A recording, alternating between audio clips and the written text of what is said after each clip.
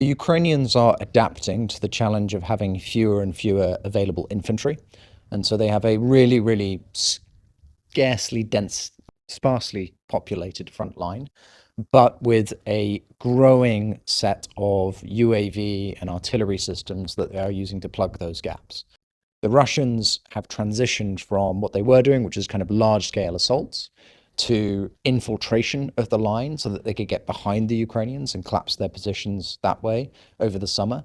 And now, as the vegetation is dying back because we're heading into winter, the Russians can't hide on their approaches in the same way. And so, in the last few weeks, we've seen them return to large-scale conventional attacks on the front line. So my name is Jack Watling. I'm the Senior Research Fellow for Land Warfare at the Royal United Services Institute. I work in the Military Sciences Department, and most of our research is working with militaries around the world, including the Ukrainian military, to try and anticipate the future operating environment, so the challenges on the battlefield that soldiers will face, and then try and map out how you might solve those challenges, both in terms of development of tactics, but also refinement of equipment. And so I've just come back from Ukraine today, and I've been working with the Ukrainians every other month for the last 3.5 years, doing those activities.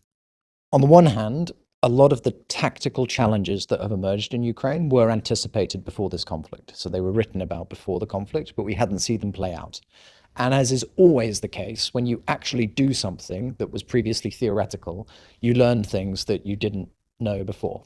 And so both sides are in a vicious cycle of adaptation and counter-adaptation to try and learn the lessons of what's working, what's not working, and then not just learn the lessons, but scale that knowledge across their force so that they can get ahead of the other side at a sufficient scale and breadth to gain an advantage that means something in the course of the war. So I think it's really good that the Frontline Club, as an institution which has for many years now supported for reporters and journalists who are working in conflict zones, that Ukraine is part of the conversation here, and a focus for the club, I think, is critical.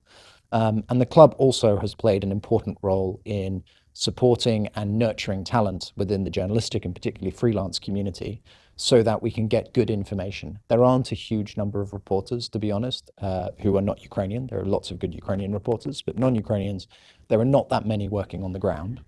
And so having an institution where that expertise, their practices, understanding where you can get insurance, so that more people can get forward, but also work responsibly, is, I think, a significant contribution to making sure that the world understands what is happening on the front line.